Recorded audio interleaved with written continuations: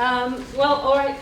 Good morning, everyone. Thank you for coming, and thank you for allowing me to present today here at this event. So my presentation is not really particular on or the specifics of my research, but more about the broader approach to how I started to research what I am researching, that you will find out in a minute. So the idea is to talk about some insights on where should we be looking at towards getting the goal of socially just, or what are we talking about, or what should we be talking about when we discuss socially just adaptation to climate change in the Global South. So just to start again with setting the context, right? In the face of the co-op, there has been some reports that have been published for this meeting, and we know what we already knew when the big red signs were showing 2 years ago with the IPCC, right? The emissions haven't gone down. It's looking to be worse at lower levels, and there is no turning back, right? The words keep being polite about it's probable, it's highly likely, and there is a chance that residual risk will persist. But what we know is that it's looking bad, right?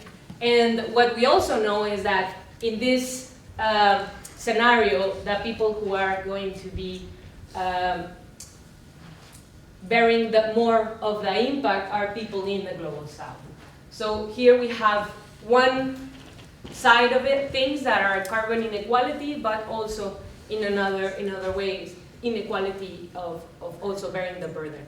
10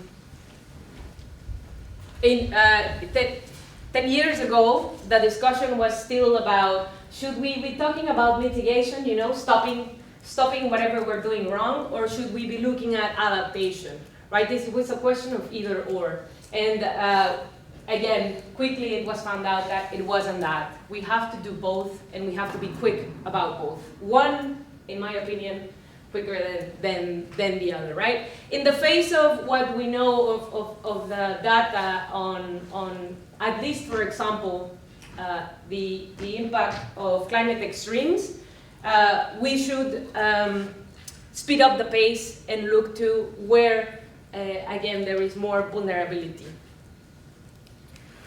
So my topic in specific is about what can we do to cope, to survive, I would say, even.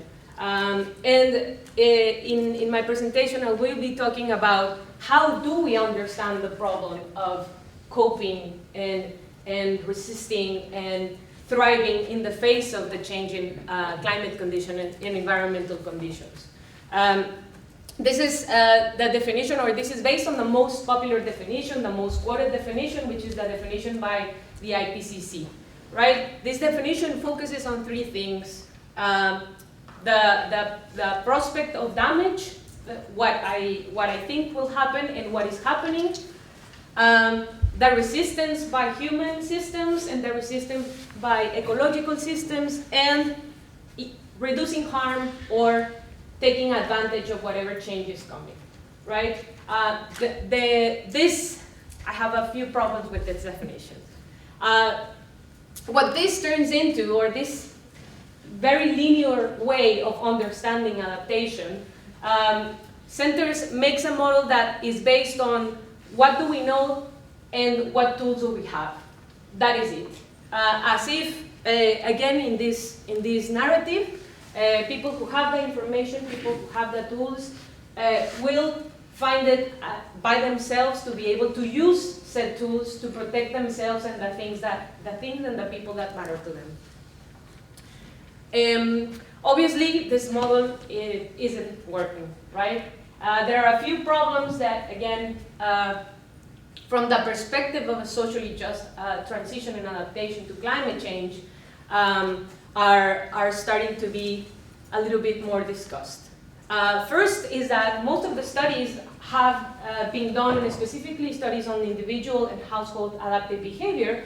Most of them focus on the experience of Western civilization. So Denmark, Australia, New Zealand, the UK has a lot of papers in this. And so what we know about how people, the tools that they have, and how people have tackled environmental and climatic change is based on the experience of people from the global north. Additionally, again, thinking about the linear model that I presented to you, I have a screen right here. About the linear model that I was talking about is that it fails to integrate all the power dynamics that are there, and specifically the historical inequalities that people, specifically in the global south, have faced. Important to say as well that even within the global north, there are papers that talk about the global south within the global north, right? There is inequality as well in societies, in Western societies. And, well, again, thinking about this linear model, what we know, if it's about information and tools, then let's just, focus on technocratic or hard solutions. Let's put infrastructure, let's pour money into it, and then we can solve the problem. So again, this is another type of inequality that we see when we talk about the global south, inequality of representation. Right? In one is how we build that data, how we are looking at the evidence. And again, it's a very small percentage of people that we are looking at. And also, this research is not, as well, is being done on this side of the world. What we see is that there isn't representation of researchers, and especially as well of women researchers from the global south, when we are discussing climate science. In this interesting secondary analysis, I think it's called, literature review of Tam, Lung, and Clayton, we find that close to 93% of the papers in social psychology, again, thinking about adaptive behavior, are from countries of the global north, or a concept very usual in social psychology, queer countries. Western, educated, industrialized, rich, democratic. So there is less than 10% of the data comes from this. Another literature review said that in the last 10 years of climate change adaptation research in behavior, only one was in Mexico, the country that I'm from. There is, I must say that there is a fraction of the literature or the researchers and the research that is being done that looks at climate change adaptation through a development lens or through a human security lens that integrates the issue on inequality. However, unfortunately, as you can see, even though this is being done since a while ago, it doesn't seem that this has steeped well enough into the research, into the practice, into the policy. In the latest report of the UNEP, of the United Nations, on the adaptation gap, what does it say? First of all, the document itself is called, I think, underprepared, underfinanced, inadequate planning. We're doing everything wrong. And what does it say? The same thing that it has been saying for the last few years. There's a big gap between the global north and the global south, between the developed and the developing. How do we know that? Well, there is no evidence of people adapting. Only many of the countries are still without a local climate change adaptation plan. There is a big gap in financing. There is still much money that should be there, that isn't there, that should be coming from the global north.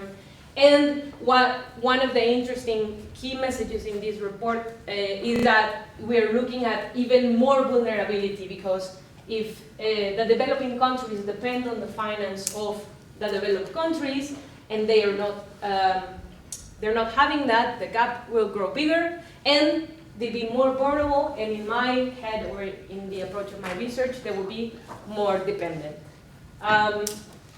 So thinking about this narrative of people being very at risk, being, again, inadequate in their responses.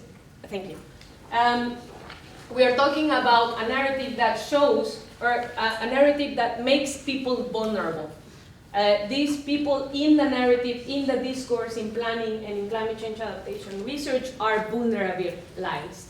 In Taylor's paper, he talks about, you know, the power structures that make this, that make people vulnerabilized. But I think that people are vulnerabilized as well by omitting the evidence of people adapting in local settings, and obviously as discussing this as an issue of money, and specifically of external money that comes in or is required. So the gap isn't only on the global north and the global south in adaptation actions. There is a big gap between the science and the policy, and the policy and the practice. So what should we do? Start to close. What do we need to talk about if we are going to be investing in socially just climate change adaptation? Well, we are talking about questioning how it's being done, how we understand adaptation, looking at others' examples of adaptation, and looking at people's agency, engaging with that, making sure that we do not put more burden on these communities that are already burdened by the climate change impacts, but that at the same time we understand the context where this is happening. So, for example, talking about las Guardianas del Estero, el Conchalito, in La Paz, Baja California Sur, Mexico, who have been for the last 10 years protecting an estuary. They have recovered a mangrove, they have recovered a local species, el callo de hacha, and this was because they found that there was a lot of illegal fishing. So why are these women left with the burden of looking at this? There are many reports of these women facing crimes, organized crime for illegal fishing. And they've yet, again, cleaned up and recuperated this very important space for marine species, but also for migratory birds.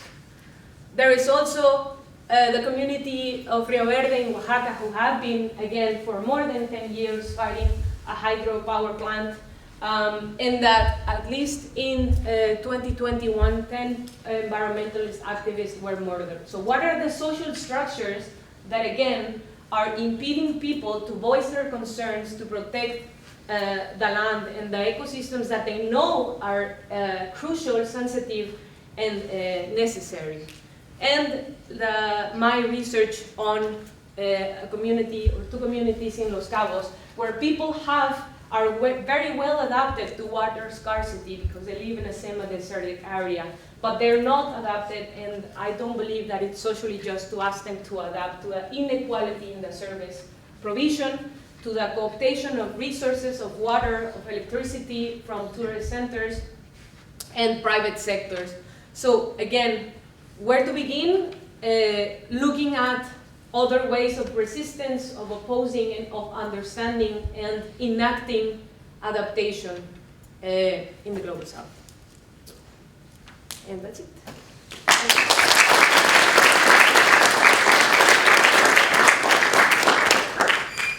Thank you so much for a really interesting presentation. I'd love to have a chat with you when we have the refreshment attachments as well. Are there any questions in the room? If so, please raise your hand. Introduce yourself.